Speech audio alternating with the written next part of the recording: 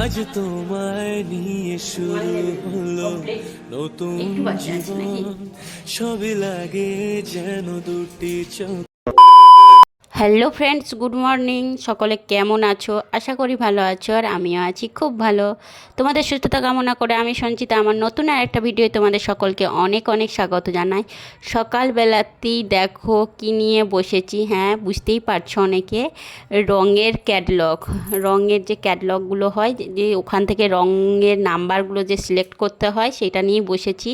বড়মশাই সকালবেলায় দায়িত্ব দিয়ে দিয়েছে, বলেছে যে নিজের বাড়ি, নিজের শখের বাড়ি নিজের মতো করে সাজাও, সেই দায়িত্বটা কিন্তু দিয়ে দিয়েছে। তার জন্যই সকালবেলায় কিন্তু বসে পড়েছি রঙের ক্যাটলগ নিয়ে।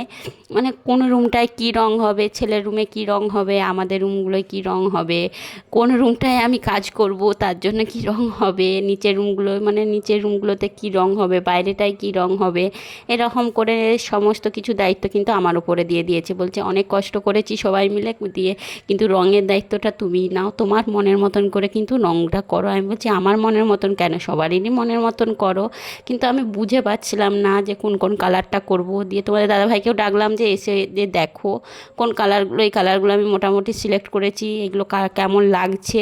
কারণ দেখো কোনটা লাইট খেলবে, কোনটায় লাইট খেলবে না, কোনটা লাইট শোষণ করে, এরকম অনেক কিছু ব্যাপার থাকে। তো সেই সব জিনিস তো আমি জানি না। আমার নিজের পছন্দের মতন কিছু কালার বললাম এগুলো দেখো। এরপরে কিন্তু যে বাকি দেওয়ালগুলো বা কোন কালারটা দিলে কোনটা কীরকম হবে, বর্ডার কোনটা দিলে ভালো হবে, সেগুলো তো আমি বুঝতে পারছি না। তাহলে তুমি সিলেক্ট করো সেইগুলো।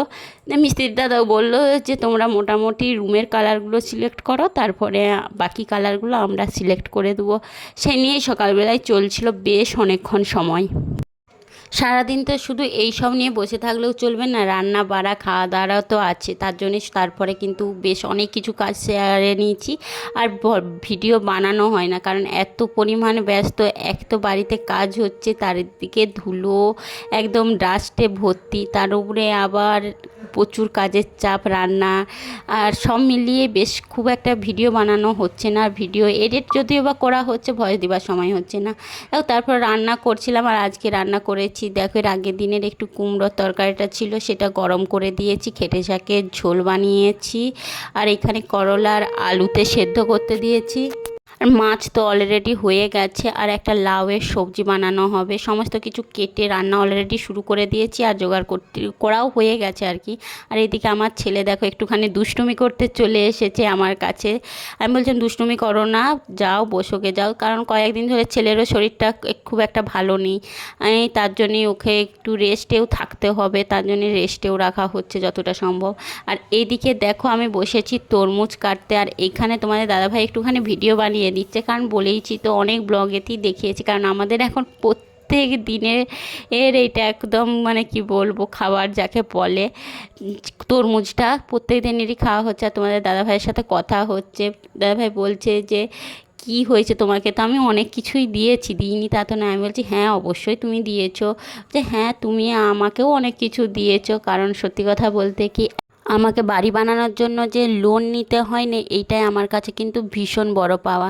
কারণ তোমরা যতটা পরিমাণ সাপোর্ট করেছো, সেই সাপোর্টটা মানে সবাই পায় না, কিন্তু আমি পেয়েছি প্রচুর, বাড়ি থেকেও পেয়েছি, আর তোমার কাছ থেকে তো অনেক কিছুই পেয়েছি। কারণ যেই সময়টা সত্যি আনন্দ করে কাটানোর সময়, সেই সময়টা তো কাটিয়েছো অনেকটাই কষ্টে। তো এখন আর তোমাকে কষ্ট দেব না, যতটা সম্ভব পারবো কিন্তু ভালোভাবেই সময় কাটানোর চেষ্টা করবো, আর তোমাকেও সমস্ত কিছু দিক থেকে সাপোর্ট করার চেষ্টা করব।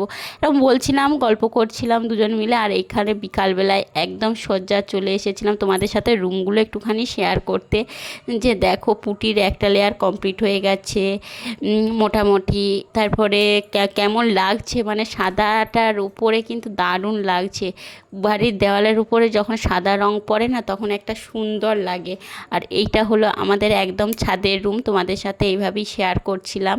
আর তোমাদের দাদাভাইকে বলছিলাম এই রুমটাতে কিন্তু তোমাকে থাকতে দেওয়া হবে, তুমি যেখানে থাকবে অবশ্যই আমি সেখানে থাকবো, এরকম করে মজা করছিলাম। যাই হোক, আজকের ভিডিওটা এই পর্যন্ত। সকলে ভালো থেকো, সুস্থ থেকো, সকলকে টাটা।